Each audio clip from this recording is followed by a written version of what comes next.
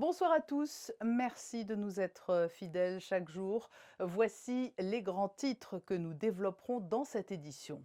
La crise de la Covid-19 n'a pas freiné l'élan de la mission pour la transition énergétique. La dynamique insufflée à Monaco en faveur de la préservation de notre environnement est intacte. De nouveaux projets ont été lancés aujourd'hui et Julien Vidal, qui s'est fait connaître à travers son site Ça commence par moi, sera notre invité. Il devient le formateur des ambassadeurs de la MTE. Récemment ont été rendus publics les résultats d'une enquête de l'INSEE sur les addictions chez les jeunes à Monaco.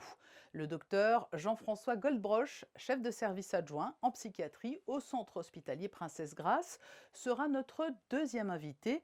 Il nous expliquera notamment que l'on ne parle plus exclusivement aujourd'hui que du tabac, de l'alcool ou du cannabis, mais que de nouvelles formes d'addiction deviennent préoccupantes avec les jeux vidéo ou les paris d'argent. L'association monégasque Les Enfants de Francky poursuit ses actions de soutien aux entités prenant en charge des enfants dans le besoin ou souffrant de handicap. Elle vient d'offrir un orgue sensoriel à l'Institut Barrican-Alphand à Menton. Reportage dans ce journal. Mais tout de suite, pour débuter cette édition, coup de projecteur sur la mission pour la transition énergétique.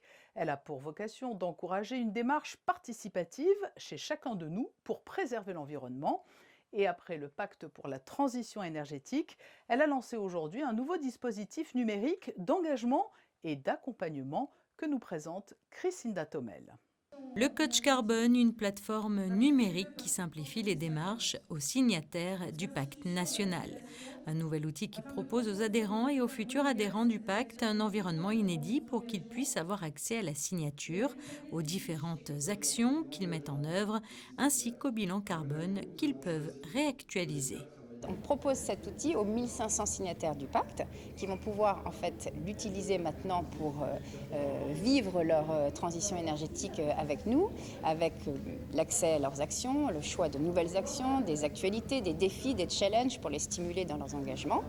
Et donc 1500 aujourd'hui, mais avec ce nouvel outil et avec les ambassadeurs du pacte que nous lançons aussi aujourd'hui, on espère demain multiplier par 10 le nombre de signataires du pacte national pour la transition énergétique.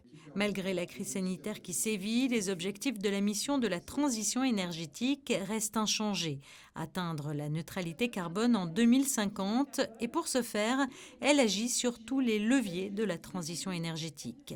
Nous retrouverons donc très prochainement la mission à l'occasion de nouveaux projets.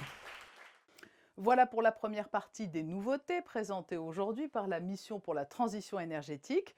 La deuxième nouveauté, c'est la mise en place d'ambassadeurs de la MTE et ils vont être coachés par celui qui a lancé une série éco-citoyenne, qui a publié 2 ouvrages vendus à plus de 50 000 exemplaires et qui est très largement suivi sur Internet avec son site Ça commence par moi.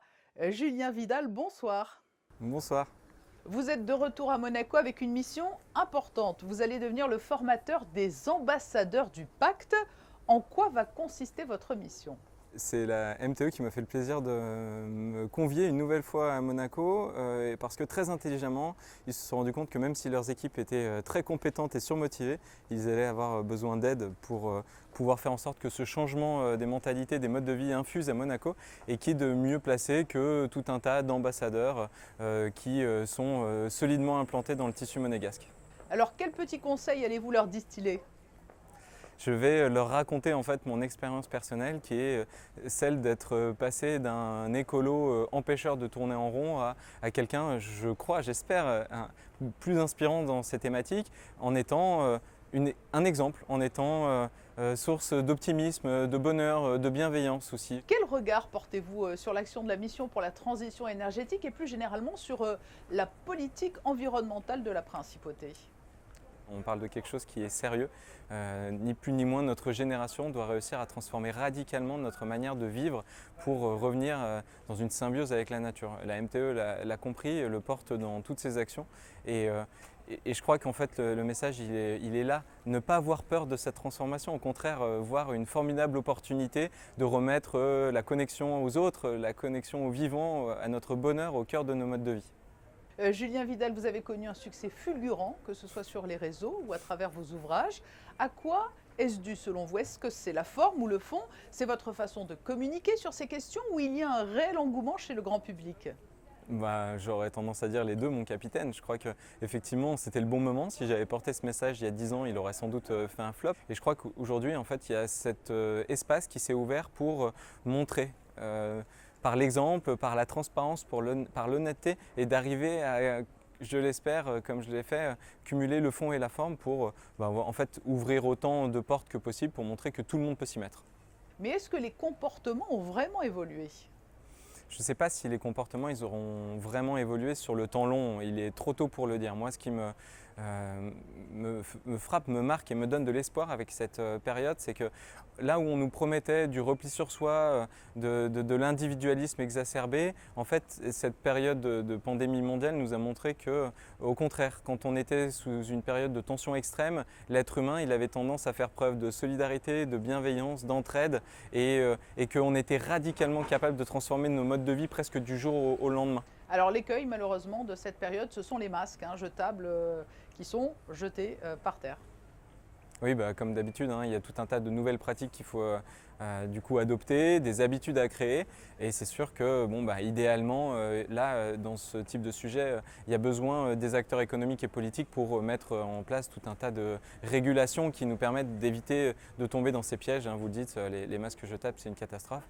Et à la fois, on le voit, moi j'étais dans le train ce matin pour venir vous voir, quasiment toutes les personnes qui étaient autour de moi avec des masques réutilisables. Donc je pense qu'on n'est pas si mauvais que ce qu'on veut nous laisser croire.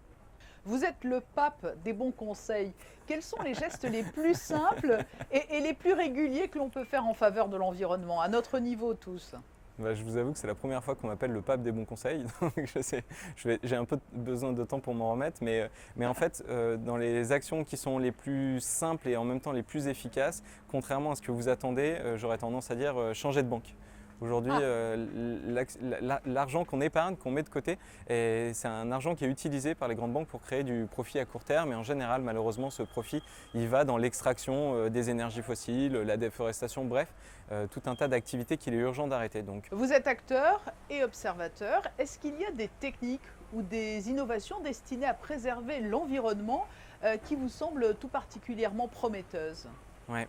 Effectivement, c'est quelque chose qui bouge beaucoup et on peut s'en satisfaire. On le voit dans la communication, vous le dites aussi, l'innovation. Il y a de plus en plus de personnes qui se positionnent et on est dans un éventail très large entre la super bonne idée et le greenwashing un peu éhonté. Moi, j'aurais tendance à mettre en avant toutes les stratégies et techniques de low-tech en opposition à high-tech, notamment le travail que fait Corentin de Châtel-Perron avec son super documentaire récurrent sur Arte qui s'appelle Nomade des mers. Et là, en fait, il fait le tour du monde en voilier de toutes les initiatives qu'il trouve littéralement dans tous les pays pour voir en fait que l'innovation, c'est aussi la frugalité, la sobriété et la réparabilité. Julien Vidal, formateur des ambassadeurs du Pacte pour la transition énergétique. Merci d'avoir répondu à nos questions. Avec plaisir. Fabien Bonilla nous a rejoint pour le premier point info du jour. Bonsoir Patricia, bonsoir à tous. On commence avec une visite du ministre d'État. Pierre Dartout a découvert ce mardi matin les installations et le fonctionnement de l'usine d'incinération des déchets située à Fontvieille et gérée par la SMA, la Société monégasque d'assainissement. Pour faire un petit rappel historique, la première usine de valorisation des déchets date de 1898. L'actuelle usine est la troisième du nom. Elle a été mise en service en 1980. Elle est capable d'incinérer 80 000 tonnes par an. Un rappel concernant la Covid-19 et la possibilité de se faire tester à Monaco. Oui, devant la recrudescence des cas positifs, le gouvernement a souhaité mettre en place un centre national de dépistage à l'espace Léo Ferré. Son objectif est de réguler et coordonner la réalisation des tests PCR. Ce centre accueille tous les monégasques, les résidents, les assurés sociaux à Monaco et tous les élèves de la principauté. Pour cela, il faut une prescription médicale. Votre médecin demandera alors un rendez-vous pour effectuer le test. Seules les personnes symptomatiques ou les cas contacts fortement exposés peuvent y être testés. Encore une fois, sur rendez-vous. Dans toute autre situation, les personnes sont invitées à se rapprocher d'un laboratoire privé de la ville pour réaliser un test. Pour tout renseignement, vous avez le numéro de téléphone du centre d'appel Covid-19, le 92 05 55 00. C'est ouvert tous les jours de 8h à 20h. Monaco soutient l'évolution du programme Argo, un programme consacré à l'observation de l'océan. Depuis le mois d'août, la Société des explorations de Monaco collabore au développement du programme Argo. Ce soutien se traduit par le financement d'un bureau de programme domicilié au musée océanographique et d'un chargé de projet hébergé à l'Institut de la mer de Villefranche. Ce financement constitue une contribution de la Principauté de Monaco à l'océanographie mondiale, avec un exemple bien concret du programme Argo. Plusieurs flotteurs autonomes sondent jusqu'à 2000 mètres de profondeur et dérivent avec les courants, puis ils remontent à la surface et transmettent leurs données par satellite avant de repartir pour une nouvelle plongée. Ça permet d'étudier à long terme la température et la salinité de l'ensemble des océans. C'est l'une des préoccupations majeures des parents. Quelle réponse apporter lorsque son enfant souffre ou semble souffrir de comportements addictifs? L'INSEE, l'Institut monégasque de la statistique et des études économiques, vient de révéler les résultats d'une étude portant sur la consommation de produits psychoactifs et usage sans substance chez les lycéens de Monaco. Pour en parler et décrypter ces résultats, le chef de service adjoint de psychiatrie au centre hospitalier Princesse Grasse est avec nous. Bonsoir, docteur Jean-François Goldbroch. Bonsoir. Lorsque l'on parle d'addiction, de quelles addictions parle-t-on? Il n'y a pas que l'alcool, la cigarette? Non, alors là on parle, c'est les produits en premier, c'est tabac, alcool, cigarette, tabac, alcool, excusez-moi, et cannabis, mais également les consommations, les addictions sans produits, comme les écrans, qui sont aussi un sujet à surveiller. Mais c'est l'alcool qui arrive en tête? C'est le plus préoccupant en termes de retentissement, d'effets au niveau cérébral, au niveau des accidents de la voie publique, de mortalité, de morbidité. Donc c'est le plus inquiétant, c'est l'alcool. Le tabac, c'est vraiment prédictif après sur les consommations au long cours. Et le cannabis, vraiment sur beaucoup d'échecs et de retentissements au niveau cérébral des adolescents. Est-ce qu'en la matière, le comportement des adolescents de Monaco diffère? Il diffère, en tout cas on a pu noter une amélioration au cours de ces dernières années, notamment par rapport à la précédente enquête il y a 4 ans, avec une nette amélioration au niveau des consommations de tabac, de l'alcool et une stabilisation, mais vraiment un mieux au niveau du cannabis. Donc nettement mieux. Après, il y a des choses à surveiller. Mais vous nous dites que la consommation de tabac semble tout de même régresser. Alors c'est peut-être dû aux campagnes de communication ou d'information? Je pense qu'en termes de prévention, je pense qu'on a fait beaucoup d'efforts à Monaco. Après, il y a eu aussi l'arrivée de la cigarette électronique, qui est quand même un moyen aujourd'hui plus sûr, en tout cas, pour arrêter Mais qui fait le partie tabac. des addictions, la cigarette électronique. Ça peut faire partie des addictions, mais en termes d'effets négatifs, c'est moins risqué. Il faut quand même revenir sur le terme d'addiction, c'est de ne pas s'empêcher de consommer ou d'avoir un comportement malgré les effets négatifs. Donc la cigarette électronique a peu d'effets négatifs contrairement au tabac. Donc ça rentre dans le champ des addictions, mais c'est moins préoccupant. Et il y a donc aujourd'hui cette croissance exponentielle de cette nouvelle forme d'addiction aux jeux vidéo. C'est également à surveiller parce que c'est beaucoup d'heures passées par jour. Je rappelais lors de la conférence qu'il ne faut pas du tout d'écran avant 3 ans, pas de jeux vidéo avant 6 ans, pas d'Internet avant 9 ans et jusqu'à 12 ans, il faut vraiment accompagner Internet. Donc ce qui compte surtout, c'est le temps passé, l'accompagnement et l'équilibre général. Vous parlez de temps passé. Cela veut dire que vous recommandez notamment aux parents aussi d'inciter les enfants à sortir, à avoir d'autres activités, sans toutefois interdire formellement les jeux vidéo. Exactement, exactement. Tout est une question d'équilibre et de dosage. Les jeux vidéo, ça peut être intéressant en termes de rapidité. Trop, effectivement, tout ce qui est excessif, ça peut être délétère au niveau attentionnel.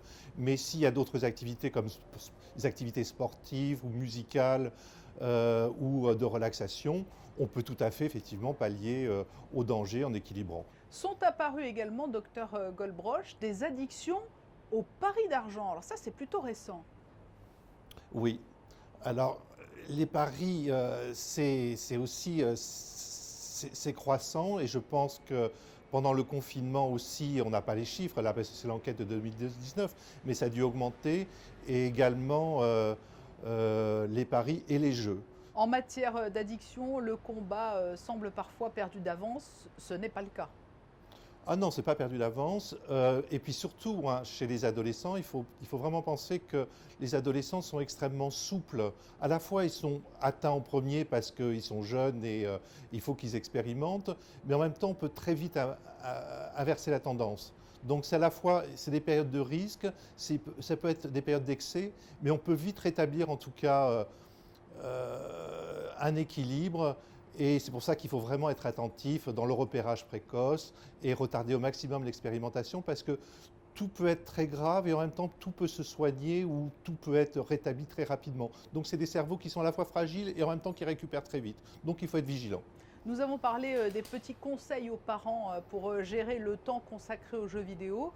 Quelles recommandations plus généralement formulez-vous aux parents lorsqu'il s'agit d'addiction au tabac, à l'alcool? Il ne faut pas être trop présent sur son enfant, mais comment gérer tout cela et instaurer une communication positive? Il faut déjà repérer les retentissements négatifs de ces consommations et puis après, peut-être pas attaquer forcément de front, mais proposer d'autres activités ou d'autres passions. Il ne faut pas forcément dire non à quelque chose, mais plutôt dire oui à d'autres choses. Et je pense que c'est comme ça qu'on favorise l'éloignement de ce qui est dangereux. Quels sont les facteurs prépondérants dans le processus de déclenchement de la consommation? Alors l'addiction, par définition, elle est multifactorielle. Ça dépend du produit, ça dépend du comportement, ça dépend aussi de l'individu, donc la fragilité, la personnalité du jeune, et ça dépend de l'environnement. Oui, donc il est impossible aujourd'hui de dresser le portrait robot, en quelque sorte, hein, du jeune qui souffre d'addiction. Ce n'est pas Non, il n'y a pas de forcément un portrait homme, robot. ce n'est pas forcément une femme, voilà. Non, enfin, les études montrent qu'il y a un peu plus de garçons par rapport au cannabis, un peu plus de filles par rapport au tabac. L'exemple aussi dans les familles, l'exemple des pères. Et c'est vraiment, c'est aussi un témoin de l'équilibre général. Est-ce que l'âge de la première prise de produits addictifs a baissé au cours des dernières années? Parce qu'on a tendance à dire que les jeunes sont toujours plus précoces encore qu'avant. En tout cas, le combat à mener, c'est de retarder au maximum l'âge des premières expérimentations. C'est vraiment de retarder au maximum, puisque plus l'addiction commence jeune, tôt, et plus elle risque d'être sévère. Pour bien comprendre, quelle prise en charge proposez-vous aux enfants qui ont des addictions? Alors notamment au CHPG, comment procédez-vous? Ce sont des sortes de sevrages? Au CHPG, là, on est vraiment très attentif. C'est de faire, on peut faire vraiment une évaluation tout à fait générale au niveau neuropsychologique, au niveau personnalité. Et surtout, ce qu'on sait, nous, c'est que ces addictions qui sont très sévères ou qui sont très précoces, souvent, en tout cas, c'est associé à une comorbidité, donc peut-être un malaise psychologique associé. C'est pas forcément, on n'a pas un traitement par rapport à une addiction, c'est un ensemble d'outils. D'abord, c'est vraiment l'évaluation, évaluer effectivement les besoins, les fragilités et traiter ces fragilités. Docteur Jean-François Goldbroch, merci pour ces explications autour des comportements addictifs chez les jeunes. Je vous en prie, bonsoir. Un orgue sensoriel vient d'être inauguré au cœur de l'Institut Barrican-Alphand à Menton. Et il a été acquis grâce au soutien de l'association Les Enfants de Francky. Il va apporter plusieurs bienfaits aux enfants atteints de handicap intellectuel. Les explications de Sandrine Nègre. Imaginons qu'un enfant ait particulièrement peur d'un bruit, d'un animal, ou d'un bruit de la météo, je sais pas moi, la foudre. La foudre ou tout autre son lié à notre quotidien. Quel que soit ce bruit, il peut être reproduit grâce à cet orgue pour permettre à ces enfants d'y être sensibilisés. Ils peuvent appuyer sur ces déclencheurs, à la fois ludiques et très faciles d'utilisation afin d'exécuter la séquence. Oh David!